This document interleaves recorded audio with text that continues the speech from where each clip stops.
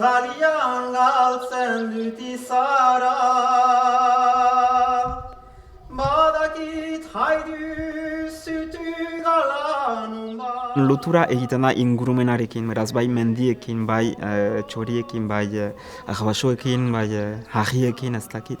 Baina egia da hori maite dugula, senditzen dugula, eta beraz esenaratzean aipatu nahi dugula.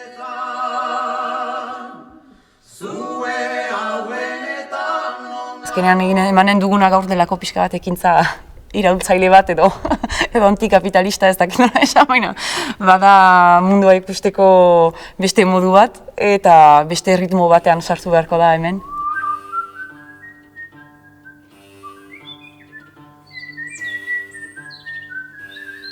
Txoria bezala, goratasun pixka bat hartu ondoren, buruan edo fisikoki edo kantuaren bidez ikusten dugu beste mundu bat. Hola.